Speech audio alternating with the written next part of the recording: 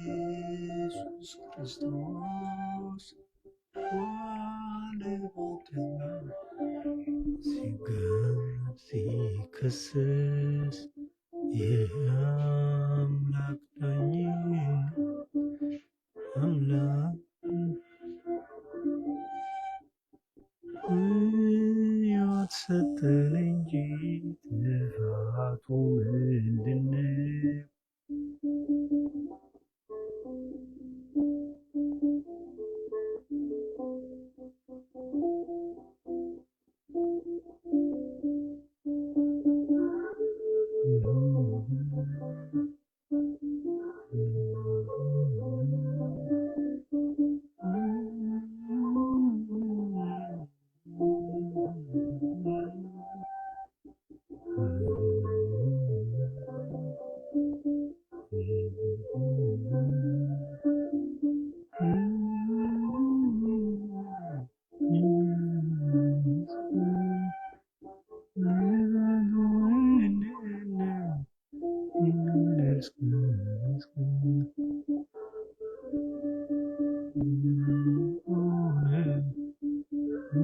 ኢየሱስ ክርስቶስ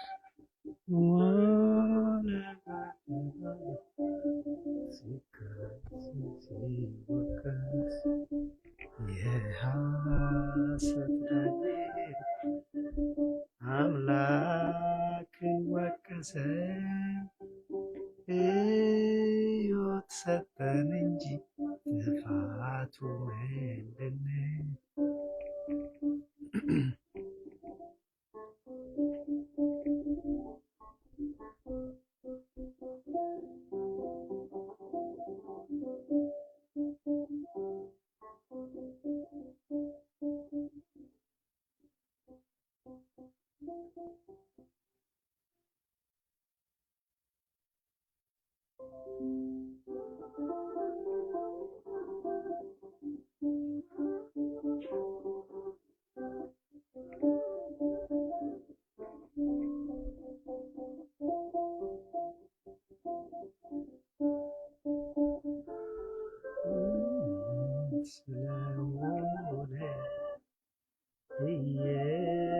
ኢየሱስ ክርስቶስ ዋለ በአደባባይ ሲሰደብ ሲከሰስ የሐሰት ዳኝነት አምላክን ወቀሰ። ሕይወት ሰጠን እንጂ ጥፋቱ ምንድን?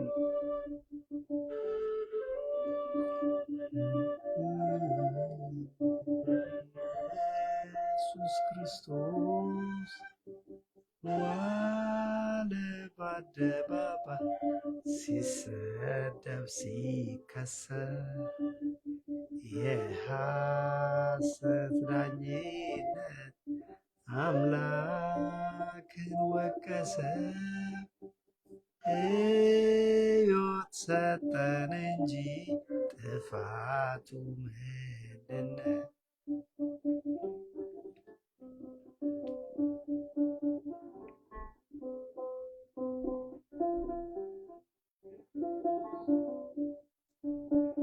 ከቃሉ እብለት ባያገኙበት ዝምታውን አይተው አላዘኑም። ባላወቁት መጠን ጠሉት ካለ በደል ጥፋቱ ምን ይሆን የሚያደርስ ከመስቀል? ጥፋቱ ምን ይሆን የሚያደርስ ከመስቀል? እውነት ስለሆነ ኢየሱስ ክርስቶስ ዋለ በአደባባይ ሲወቀስ እኔነት አምላክ ሕይወት ሰጠን እንጂ ጥፋቱ ምንድን ነው?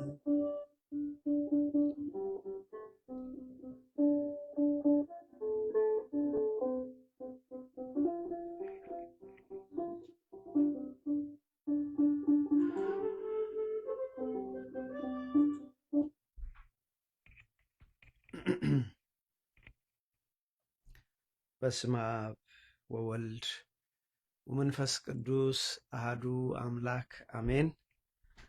በክርስቶስ ወንድሞቼ እህቶቼ ሆናችሁ እንደምን ከረማችሁ?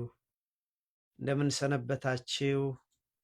በቸርነቱ የጠበቀን የዕድሜ ደሃ ላደረገን የአባቶቻችን የቅዱሳን የነቢያት አምላክ የሐዋርያት አምላክ ጻድቃን የሰማዕታት አምላክ እግዚአብሔር አምላካችን እግዚአብሔር ፈጣሪያችን ስሙ ከአጽናፍ እስከ አጽናፍ የከበረ የተመሰገነ ይሁን። ይሄ ቃል አሁን የሚሰማችው በኋላም እግዚአብሔር አምላካችንና አባታችን ወዶና ፈቅዶ ቃሉ ተቀርጾ የምትሰሙ ሁሉ ባላችሁበት ሰላም እግዚአብሔር ይብዛላችሁ። እንደምን ሰነበታችሁ? እንደምን ከረማችሁ? እግዚአብሔር ስሙ የተመሰገነ ይሁን። ወንድሞቼ እግዚአብሔር መልካም ነው። ከልቤ ላለው ደግሜም ላለው እግዚአብሔር መልካም ነው። ይሄን ቀን የሰጠን አምላካችን እግዚአብሔር፣ ይሄን ደቂቃ ያድለን እግዚአብሔር፣ ከልቤ ላለው እግዚአብሔር መልካም ነው። ወንድሞቼ እግዚአብሔር ቢረዳን ዛሬ የጀመርነውን ባለፈው ሳምንት ጀምረነው የነበረውን ትምህርት እንቀጥላለን። ባለፈው ሳምንት የጀመርነው የትምህርታችን ርዕስ እግዚአብሔርን ፈልጉት ቀርቦም ሳለ ጥሩት በሚል በተለይ እግዚአብሔርን ስለመፈለግ አምላካችንን ስለመፈለግ እና በሱ የሚገኘውን ጽድቅ ስለመፈለግ ባለፈው ሳምንት ተምረናል። ምናልባት ትምህርቱ ያመለጣችሁ ቤተ እስጢፋኖስ በሚለው ከስር ባለው ሊንክ ገብታችሁ መስማት ትችላላችሁ። እንግዲህ ይሄ ትምህርት እግዚአብሔርን ስለመፈለግ ነው። በዛ ውስጥ ወንድሞቼ አንድ ያነሳነው መሰረታዊ ነጥብ ምንድን ነው? የህይወታችን የሰው ልጆች የህይወታቸው ተቀዳሚ ዓላማ ሰዎች በምድር ላይ ሲኖሩ ዋና ዓላማቸው ሊሆን የሚገባው እግዚአብሔርን መፈለግ ነው ፈልጎ ካገኙ በኋላ ደግሞ እንደ ፈቃዱ መኖር ነው ብለናል። ወንድሞቼ አሁንም ከልቤ ላለው ሌላ ነገር በዚህ ውስጥ ምንም ይዛችሁ መሄድ ባትችሉ ይችን ነገር ይዛችሁ ሄዱ። የህይወታችን ተቀዳሚ ዓላማ ከምንም ነገር በላይ ከስራችን በላይ ወንድሞቼ፣ ከትምህርታችን በላይ ከቤተሰብ ነገራችን ከሀገር ነገራችን በላይ የህይወታችን በዚህ ምድር ላይ የመኖራችን ዋና ዓላማ ለእግዚአብሔር ነውና ዋናው ዓላማ እግዚአብሔርን ፈልጎ ማግኘት፣ ከዛን በኋላ እንደ ፈቃዱ መኖር ብለናል። በነገራችን ላይ የዚህ ትምህርት መሰረታዊ ሐሳቡ ወይም ዓላማው ምንድነው ብላችሁ ብትሉ የትምህርቱ መሰረታዊ ዓላማ አንደኛ እግዚአብሔርን ፈልጎ ስለማግኘት ነው። በቃ ይሄ በህይወት ስንኖር ይችን ምድር ከመልቀቃችን በፊት አንድ ነገር ማድረግ ቢኖርብኝ ምን ላድርግ? ይህን ምድር ከመልቀቄ በፊት እንደው መዘንጋት የሌለበት ማድረግ ያለብኝ አንድ ነገር ምንድን ነው ብለን ብንል እግዚአብሔርን ፈልጎ ማግኘት፣ እንደ ፈቃዱ በሚቻል መጠን መኖር። ወንድሞቼ ከዚህ የበለጠ ስራ፣ ከዚህ የበለጠ ነገር የለም። ሌላ ሁሉ ቀሪ ነው። አሁን የምንሰራው ስራችን ቀሪ ነው። ነገ ጥለነው እንሄዳለን። ትምህርታችንም እንደዚሁ ይቀራል። ኢቭን ወገኖቼ ብቻ መልካም ያልነው ማናችሁም ነገር ጥለነው የምንሄደው ጉዳይ ነው። ስለዚህ ዋናው ጥለነው የማንሄደው የእግዚአብሔር ጉዳይ ነው። ስለዚህ ነው እንግዲህ በህይወት ስንኖር ተቀዳሚ ዓላማችን ምንድን ነው አልኳችሁ? እግዚአብሔርን መፈለግ፣ ፈልጎ ማግኘት፣ ካገኙ በኋላ እንደ ፈቃዱ መኖር፣ እንደ እግዚአብሔር ፈቃድ። ስለዚህ የህይወታችን የትምህርቱ ዓላማ አንደኛ ይሄ ነው። ሌላው ከዚሁ ጋር የተያያዘ የትምህርቱ ዓላማ እግዚአብሔርን መፈለግ አንደኛል። ከዛ በእግዚአብሔር የሚገኝን ጽድቅ በራሳችን አላልኩ። የራሳችን የጽድቅ ስራ አስፈላጊ ነው፣ ድርሻ አለው። ግን የሰው ልጆች ጽድቅ በራሱ ሰዎችን የትም አያደርስም። ዋናው የእግዚአብሔር ጽድቅ ነው። እግዚአብሔር የገለጸው ጽድቅ አለ። ያንን እግዚአብሔር የገለጸውን ጽድቅ ወገኖቼ ተረድቶ መቀበል። ስለዚህ በእግዚአብሔር የሚገኘውን ጽድቅ ስለማግኘት ለማሳሰብ ነው የዚህ ትምህርት ዓላማ። ስለዚህ ሁለት ነው። አንደኛ እግዚአብሔርን ፈልጎ ማግኘት፣ ሁለተኛ በእግዚአብሔር የሚገኘውን ጽድቅ ስለማግኘት። በባለፈው ትምህርታችን ከኔ ጋር የነበራችሁ ዛሬም እናነሳዋለን። ቅዱስ ጳውሎስ ስለ እግዚአብሔር ፍለጋው የነበረውን ልምዱን ሲያካፍለን እኔ በሕይወቴ ያደረኩት አንድ ነገር ክርስቶስን ፈልጌ ያገኘው ዘንድ በክርስቶስ ያለውን በእኔ በጳውሎስ ያለውን ጽድቅ ሳይሆን በክርስቶስ ያለውን ጽድቅ አገኝ ዘንድ ይጠቅሙኛል ያልኳቸውን ነገሮች ሁሉ እንደ ጉድፍ ቆጠርኳቸዋል። ስለዚህ ወንድሞቼ በሕይወት ስንኖር ቁጥር አንድ ዓላማችን ሊሆን የሚገባው እግዚአብሔርን ፈልጎ ማግኘት፣ በእግዚአብሔር የሚገኘውን ጽድቅ ማግኘት ነው።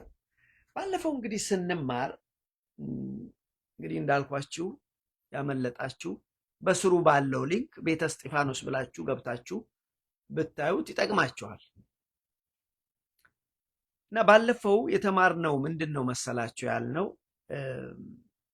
ያነሳነው የህይወታችን ዋና ዓላማ በምድር ላይ ስንኖር ይሄን ምድር ከመልቀቃችን በፊት አንድ ማድረግ ያለብን አንድ ነገር ቢኖር የህይወታችን ተቀዳሚ ዓላማ እግዚአብሔርን ፈልጎ ማግኘት ነው። ከዛስ በኋላ በእግዚአብሔር ያለውን ጽድቅ ማግኘት ነው። ይሄ የህይወታችን ተቀዳሚ ነው ብለን በተለይ መድኃኒታችን ኢየሱስ ክርስቶስ እናንተ ልጆቼ ሆይ ከሁሉ አስቀድማችሁ ይላል ማቴዎስ ወንጌል ምዕራፍ 6 ቁጥር 33 ላይ እናንተ ከሁሉ አስቀድማችሁ ጽድቁንና መንግስቱን ፈልጉ፣ ሌላው ነገር ይጨመርላችኋል። ሰከንደሪ ነው አለ። የምግብ ጉዳይ፣ የሚበላ የሚጠጣ ጉዳይ፣ የሚለበስ ጉዳይ፣ የምድር እሱ ይሰጣችኋል፣ ዶወሬ ባውዳል። ስለዚህ ወንድሞቼ ባለፈው የተማርነው የህይወታችን ተቀዳሚ ዓላማ ምንድን ነው ብንል እግዚአብሔርን ፈልጎ ማግኘት ነው። በእግዚአብሔር የሚገኘውን ጽድቅ ማግኘት ነው አለን። ስለዚህ ለዚህ ነው መድኃኒታችን ኢየሱስ ክርስቶስ በቅድሚያ አለን በቅድሚያ ከምንም ነገር በላይ እናንተ እንግዲያውስ አሁን እኛ በቅድሚያ የምናደርገው ምናችንን ነው? አሁን ቅድሚያ የምንሰጠው ምንም ጥያቄ የለውም፣ ስራችንን ነው አይደለም? ስራችንን ነው። የእግዚአብሔር ነገር የዊኬንድ ጉዳይ ነው አይደለም? እሱ ግን እንደዚህ አይደለም ያለው። ማለት ስራችን እንጀራ የሚያበላን ነው። በዚህ ምድር ላይ ምንኖርበትን ምንለብሰውን የሚያመጣልን ነገር ነው። እሱም ግን ስለነዚህ አትጨነቁ አለ። ቅድሚያ የእናንተ ዓላማ ሊሆን የሚገባው ጽድቁንና መንግስቱን መፈለግ ነው። እግዚአብሔርንና መንግስቱን መፈለግ ነው አለ። የእናንተ ዓላማ እሱ ነው መሆን ያለበት አለ። ስለዚህ በቅድሚያ ይሄንን ስጡ አለን። ይሄንን ተመለከትን። ሌላው ባለፈው ያነሳ ነው አንዱ ነገር እንግዲህ ርዕሳችን እግዚአብሔርን ፈልጉት ቀርቦም ሳለ ጥሩት። መጀመሪያ ፈልጉት። የመጀመሪያው ስራ እግዚአብሔርን መፈለግ ነው ከመጥራት በፊት። ቀጥለን ነው ወደ መጥራት የምንሄደው። ስለዚህ እግዚአብሔርን ፈልጉት ቀርቦም ሳለ ጥሩት ብሎ አባታችን ነቢዩ ኢሳይያስ በምዕራፍ 55 ቁጥር 6 ጀምሮ ያለውን ተመለከትን። ስለዚህ እግዚአብሔርን ፈልጉት ቀርቦም ሳለ ጥሩት። እግዚአብሔር ከእናንተ ሩቅ አይደለም። ነገር ግን መጀመሪያ ፈልጉት። መጀመሪያ ከፈለጋችሁ ካገኛችሁት በኋላ ጥሩት፣ ጸልዩ፣ ለምኑ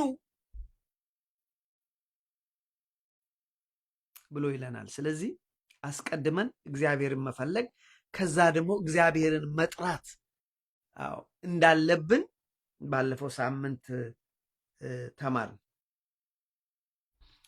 በተለይ እዚህ በኢሳይያስ ምዕራፍ 55 ላይ አንዱ ካየነው በጣም የሚያስደንቀው ነገር ዝም ብላችሁ ለምን ትደክማላችሁ?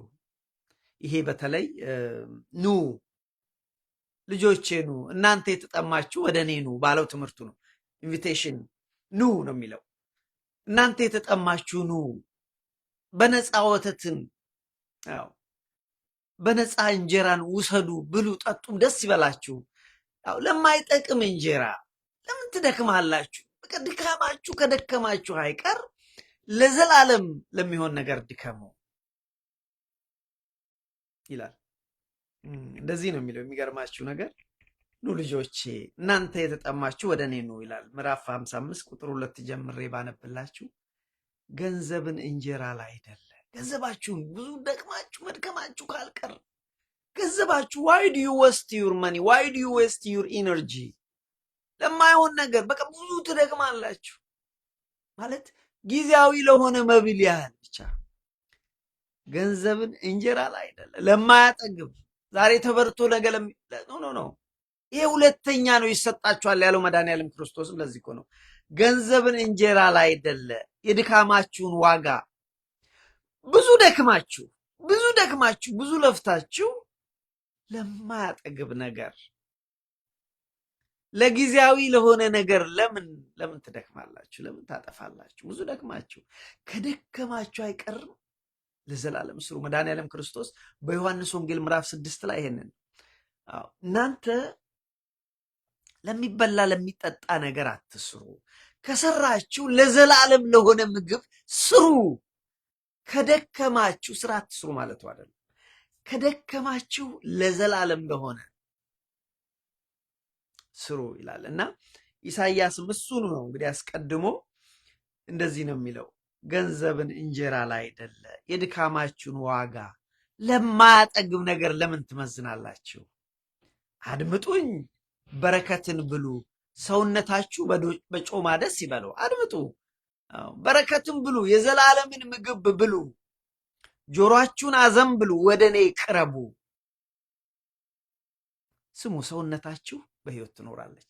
ወደ እኔ ቅረቡ። ወደ እኔ ስትቀርቡ የዘላለምን ሕይወት ታገኛለች። ሰውነታችሁ ሰው መሆናችሁ ሰውነታችሁ የዘላለምን ሕይወት ያገኛል። ሕይወትን ታገኛላችሁ ነው የሚለው።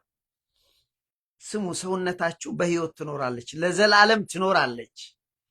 የታመነችቱን የዳዊትን ምሕረት ለዳዊት የተገባውን ቃል ኪዳን ማለት የታመነችውን የዳዊትን ምሕረት የዘላለምን ቃል ኪዳን ከእናንተ ጋር አደርጋለሁ አለና ቁጥር 6 ላይ እኛ የምንፈልገው ይሄንን ነው። እግዚአብሔርን ስለመፈለግ እግዚአብሔር በሚገኝበት ጊዜ ፈልጉት፣ ቀርቦም ሳለ ጥሩት። ዝም ብላችሁ አትጥሩ። መጀመሪያ ፈልጉት። እግዚአብሔር የሚገኝበት ቦታ አለ። እግዚአብሔር የሚገኝበት ቀንና ሰዓት አለ። ይሄ ማለት እግዚአብሔር በቦታ ይወሰናል ለማለት አይደለም ወንድሞቼ፣ ወይም ደግሞ እግዚአብሔር በሰዓት ይወሰናል አይደለም። ይልቁንም ምን ማለት ነው? እግዚአብሔር በማይሆን ቦታ አይገኝም። ለምሳሌ በክፋት ውስጥ ሆነን በኃጢአት ውስጥ ሆነን እግዚአብሔር የለም። እሱን ለማለት እንጂ በዚህ ሰዓት በዚህ ቦታ ይገኛል ለማለት አይደለም። የጊዜና የቦታ ጉዳይ አይደለም። ገባችሁ? በቂም ውስጥ ሆነን ብንፈልገው አናገኝም። በጥላቻ ውስጥ ሆነን ብንፈልገው እግዚአብሔር አይገኝም። በኃጢአት ቦታ ሆነን እግዚአብሔር ቢፈለግ አይገኝም ለማለት ነው። ስለዚህ እግዚአብሔር በሚገኝበት ጊዜ ፈልጉት፣ ቀርቦም ሳለ ጥሩት። ና እግዚአብሔር ስማኝ፣ እግዚአብሔር አባቴ ብላችሁ ጥሩት። አዎ ስለዚህ ይህን ስታደርጉ ደግሞ እንዴት ታደርጋላችሁ አለን? ክፉ ሰው መንገዱን፣ በደለኛም ሰው ሐሳቡን ይተው። አልበዛ አይገኝማ እግዚአብሔር፣ አለበለዚያ አይገኝም። ምን አለ? ክፉ ሰው መንገዱን፣ በደለኛም ሐሳቡን ይተው፣ ወደ እግዚአብሔር ይመለስ፣ እርሱም ይምረዋል። እግዚአብሔርን መፈለግ ደግሞ ወንድሞቼ ምናል የልብ ጉዳይ ነዋል። ስለዚህ ኢሳይያስ ምንድን ነው ያለን? በተለይ ይሄ ግብዣ በተባለው ትምህርቱ ይሄ ግብዣ ነው። ኑ ልጆቼ፣ እግዚአብሔር የጋበዙ ኑ ልጆቼ፣ እናንተ የተጠማችሁ፣ እናንተ የተራባችሁ፣ እናንተ የደከማችሁ ኑ ወደ እኔ ያሳርፋችኋለሁ። ስለዚህ ለምን ትደክማላችሁ? ለማይሆን ነገር አትድከሙ። ከደከማችሁ አይቀር ለዘላለም ለሆነ ነገር ድከሙ። ይህንን ነው ባለፈው ሳምንት የተማርነው። ዝም ብላችሁ አትድከሙ። ስራም ቢሆን ትምህርትም ቢሆን የሀገር ጉዳይም ቢሆን ሌላም ጉዳይ ቢሆን ወገኖች ጊዜያዊ ነው፣ ምድራዊ ነው ብሎ አለን። እዚህ ጋር አንድ ያነሳናቸው ባለፈው ሳምንት ስንማር ካነሳነው 4 መሰረታዊ ነጥቦች አሉ። እግዚአብሔርን ስለመፈለግ 4 መሰረታዊ ጭብጦችን አነሳን። አንደኛ እግዚአብሔር አምላክ ራሱ ሰዎች እንዲፈልጉት ይፈልጋል። ፈልገው እንዲያገኙት እግዚአብሔር ይሻል። ይሄ እግዚአብሔር ሐሳብ ነው። ፈልጉኝ ፈልጉኝ ፈልጉኝ ፈልጉኝ ይላል እግዚአብሔር። አንድ ይሄ ነው የእግዚአብሔር ሐሳብ ነው፣ ፈልገነው እንድናገኝ።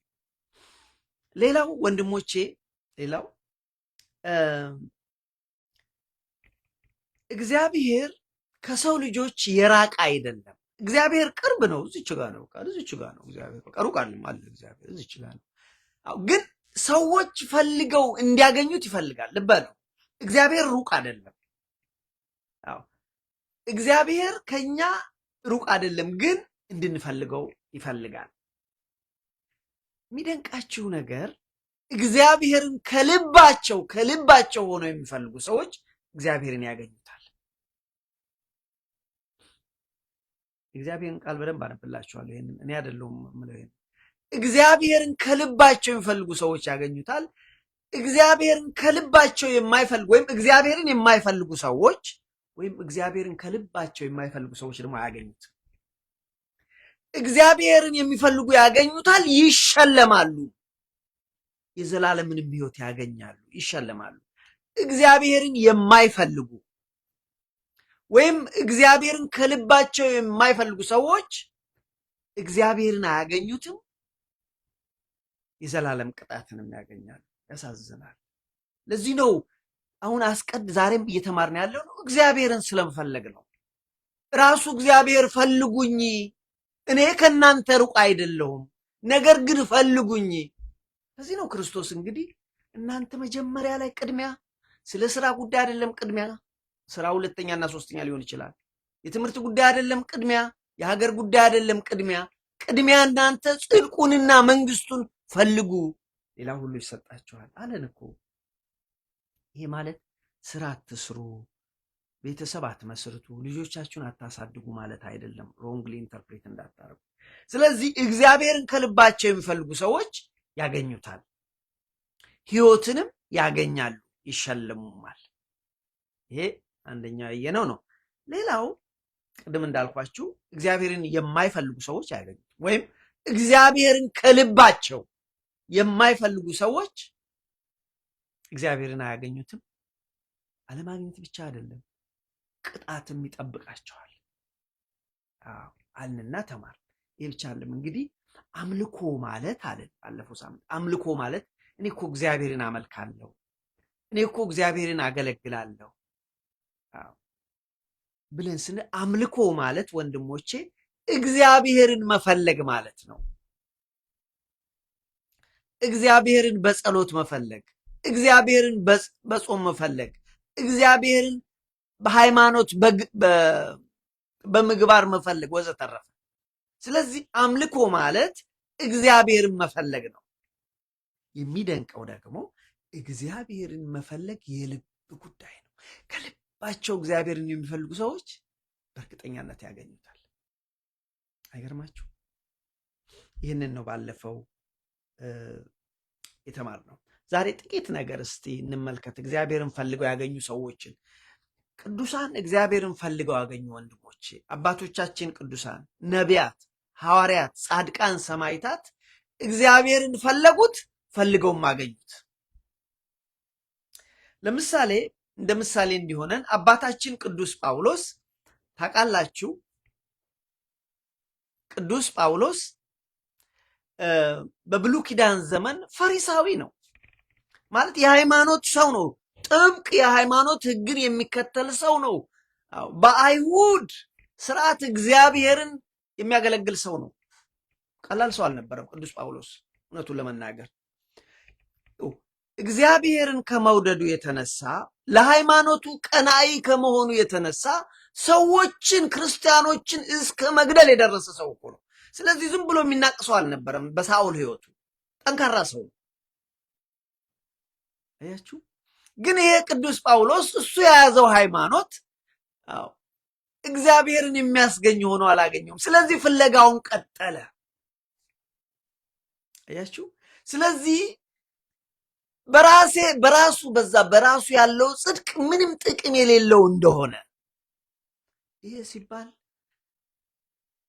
እንዳትሳሳቱ፣ የኛ ድርሻ አለ። እሱ ጋር በኋላ እመጣለሁ። ሰዎች የራሳቸው ድርሻ አለ፣ የእግዚአብሔር ደግሞ ድርሻ አለ። አያችሁ። ስለዚህ ምን አለ ቅዱስ ጳውሎስ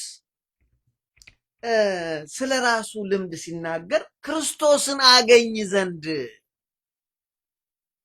ክርስቶስን ፈልጌ አገኝ ዘንድ፣ እግዚአብሔርን አገኝ ዘንድ ስለ እርሱ በነገር ሁሉ ተጎዳው ይላል። እግዚአብሔርን አገኝ ዘንድ ወንድሞቼ፣ የሚጠቅም ያልኩትን ነገሬን ሁሉ ተጎዳሁ ይላል።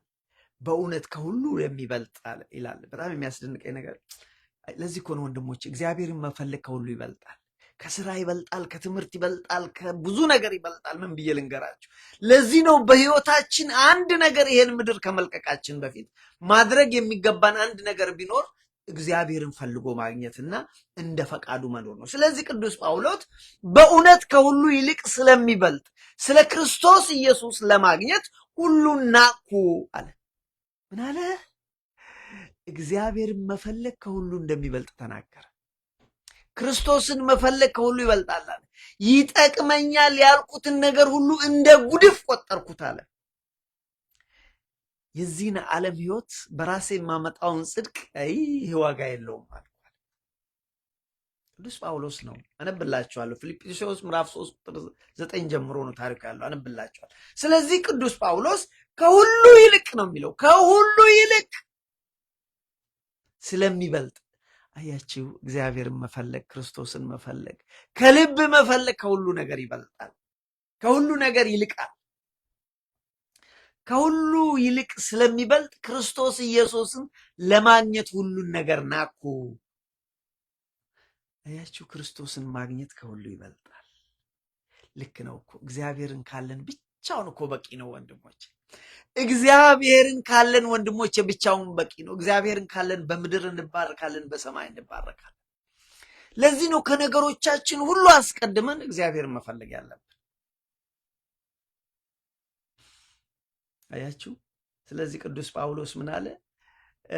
ከሁሉ ይልቅ ስለሚበልጥ ክርስቶስ ኢየሱስን ለማግኘት ሁሉን ነገር ናቁ። እርሱን ማግኘት ከሁሉ ይበልጣል። አዎ አያችሁ፣ እግዚአብሔርን ካገኘን ብቻውን በቂ ነው ወንድሞች። ሌላ ነገር ይዛችሁ ባትሄዱ እግዚአብሔርን ካገኘን ብቻውን በቂ ነው የምትለውን ይዞ ሄዱ። ለምን መሰላችሁ? እግዚአብሔርን ስናገኘው ሌላ ሁሉን መንግስቱን እናገኛለን፣ በምድርም በሰማይም እንባረካለን። አያችሁ፣ እዚህ ጋር መታወቅ ያለበት ጥቅሱን አነብላችኋለሁ። እግዚአብሔርን ደግሞ ስናገኘው ወይም ደግሞ በነገራችን ላይ እግዚአብሔርን የምናገኘው በእውቀት በተሞላ ፍለጋ ነው። በውር ድንበር አይገኝም። በመላምት በነሲብ አይገኝም። ስለዚህ እግዚአብሔርን ደግሞ ማግኘት የሚቻለው በእውቀት ባይሆን ኖሮ እኮ ፍለጋውን ቅዱስ ጳውሎስ ባልቀጠለ ነበር፣ በዛው በአይሁድ እምነት በቀጠለ ነበር። አባታችን አብርሃም የቤተ ክርስቲያን ትውፊት እንደሚያስተምረው እግዚአብሔርን ፈለገ ይላል። እንግዲህ አባቱ ታራ ጣዖት አምላኪ ነው በከለዳውያን ሀገር ኡር በሚባል ሀገር። አብርሃም ግን ወገኖቼ እግዚአብሔርን ፈለገ። ከአብርሃም ጋር እንግዲህ ወንድሞች እኮ አሉት። አብርሃም ሁለት ሌሎች ወንድሞች እኮ አሉ። አንደኛው የለውጥ አባት ነው። አብርሃም እግዚአብሔርን ፈለገ፣ እግዚአብሔርም ተገለጠለት፣ አገኘው። የኛ ሁሉ በረከት ሆነ። ወንድሞቹ ግን አንደኛው አስቀድሞ ነው የሞተው፣ ትልቅ ወንድም። አንደኛው ግን እዛው ቀረ። እኛም አናቆም። አሁን የአባቱን ጣዖት ይዞ ቀረ። የአባቴ ሃይማኖት ብሎ በዛው ቀረ። አንዳንድ ጊዜ ጥንቃቄ እናድርግ። የአባታችን ሃይማኖት ክርስትና ከሆነ መልካም ነው፣ ግን ወገኖቼ ካልሆነ ግን ማሰብ ይጠይቃል። ክርስትናም ደግሞ ሺህ አይነት ክርስትና አለ፣ መጠንቀቅ ያስፈልጋል። ገብቷችኋል? ስለዚህ ወገኖቼ ቅዱስ ጳውሎስ ምንድን ነው የሚለው? እግዚአብሔርን ደግሞ ማግኘት የሚቻለው በእውቀት ነው፣ ከልብ በሆነ ፍለጋ ነው። እንደዚህ ይላል ፊልጵስዩስ ምዕራፍ 3 ከቁጥር 9 እስከ 10። አሁን በእውነት ከሁሉ ይልቅ ስለሚበልጥ ስለ ክርስቶስ ኢየሱስ ስለ ጌታዬ እውቀት ጌታዬን አውቅ ዘንድ ነገሩን ሁሉ ጉዳት እንዲሆን እቆጥረዋለሁ። ስለ እርሱ ሁሉን ተጎዳው፣ ክርስቶስን አገኝ ዘንድ በክርስቶስን በማመን ያለውን ጽድቅ ማለት በእምነት ከእግዚአብሔር ዘንድ ያለውን ጽድቅ። የኔን ጽድቅ አይደለም፣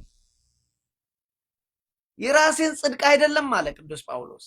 እኔ የፈለግኩት አንደኛ ክርስቶስን ማግኘት፣ ሁለተኛ በክርስቶስ የማገኘውን ጽድቅ ለማግኘት ይላል። አይደንቃችሁም? ለዚህ ደከሙ። አንብብላችሁ ደግሜ። አዎ ይላል ፊልጵስዩስ ምዕራፍ 3 ቁጥር 9። አዎን በእውነት ከሁሉ ይልቅ ስለሚበልጥ፣ ከሁሉ ይበልጣል ክርስቶስን መፈለግ። አዎን ከሁሉ ይልቅ ስለሚበልጥ ስለ ክርስቶስ ኢየሱስ ስለ ጌታዬ እውቀት፣ ጌታዬን አውቀው ዘንድ ማለት ነው። ስለ ጌታዬ እውቀት ነገርን ሁሉ ጉዳት እንዲሆን እቆጥረዋለሁ። ስለ እርሱ ሁሉን ተጎዳው፣ ክርስቶስን አገኝ ዘንድ። አያችሁ፣ ለዚህ ነው እኛም ዛሬ በምሽት ምን አለን? በሕይወታችን ተቀዳሚ ዓላማችን እግዚአብሔርን ፈልጎ ማግኘት ነው። ከዛስ በኋላ እንደ ፈቃዱ መኖር፣ አስቀድሞ መፈለግ፣ ካገኙ በኋላ እንደ ፈቃዱ መኖር። ለዚህ ነው ኢሳይያስን ጠቅሰን እግዚአብሔርን ባለበት ጊዜ ፈልጉት፣ ቀርቦም ሳለ ጥሩት። እግዚአብሔር በማይገኝበት አትፈልጉት።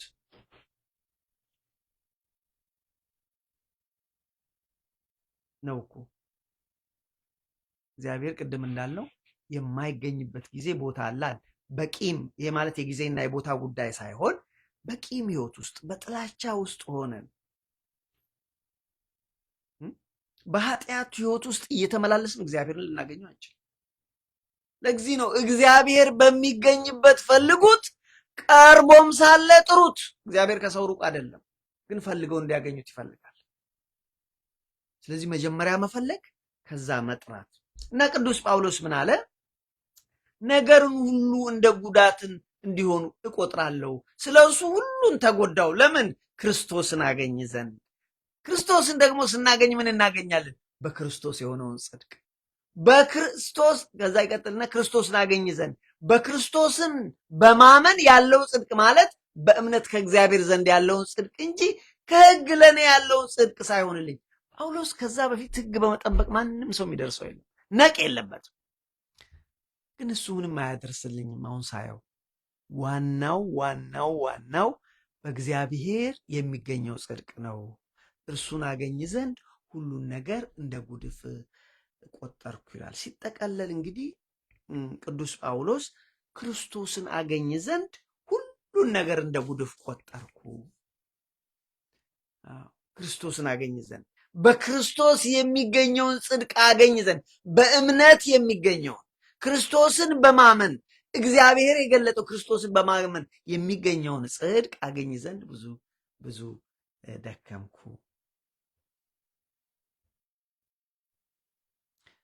ስለዚህ ክርስቶስን አገኝ ዘንድ ደግሞም በክርስቶስ በማመን ያለውን ጽድቅ ማለት ከእምነት ከእግዚአብሔር ዘንድ ያለውን ከሕግ ከኔ ያልሆነውን አገኝ ዘንድ ደከምኩ። ይሄ ማለት ሕግን አንጠብቅም ማለት አይደለም ወንድሞቼ። ግን የስ የእግዚአብሔርን ሕግ እንጠብቃለን። የስ የእግዚአብሔርን ስርዓት እንጠብቃለን። ሰው ግን ፐርፌክት ሊሆን አይችልም።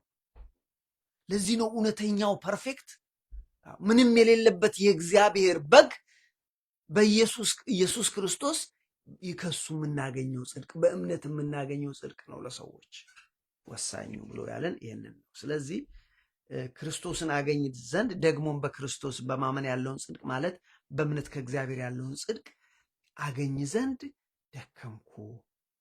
እግዚአብሔር ለማግኘት ወገኖች ድካምና ጥረት አለው። ስለዚህ ቅዱስ ጳውሎስ ክርስቶስን ስለመፈለግ በክርስቶስ ስላለው ጽድቅ ነገረን። ስለዚህ ወገኖች በምድር ላይ ስንኖር የክርስቲያኖች መርህ ወይም የክርስቲያኖች ፕሪንሲፕል ወይም የክርስቲያኖች ዓላማ መሆን ያለበት እግዚአብሔርን መጀመሪያ መፈለግ፣ ከዛ በኋላ እንደ ፈቃዱ መኖር። አያችሁ፣ ይህ ነው ዋና ዓላማ። ሌላው ለዚህ ነው ተቀዳሚ ዓላማችሁ እኮ አለ እናንተ መንግስቱንና ጽድቁን ፈልጉ፣ ሌላው ይጨመርላችኋል። ለዚህ ነው ቅድምም ባነበብነው በኢሳይያስ 55 ላይ ለምን ትደክማላችሁ? እናንተ ለምን ትደክማላችሁ? ከደከማችሁ ደግሞ ለዘላለም ለሆነ ነገር ድከሙ። አያችሁ፣ እንደዛ አለ። ስለዚህ እግዚአብሔርን የመፈለግ ጉዳይ ወንድሞቼ የልብ ጉዳይ ነው። አንድ ሁለት ተጨማሪ ጥቅሶች ልስጣችሁና እግዚአብሔርን ስለመፈለግ እዚህ ጋር አቆመዋለሁ። እግዚአብሔርን ስለመፈለግ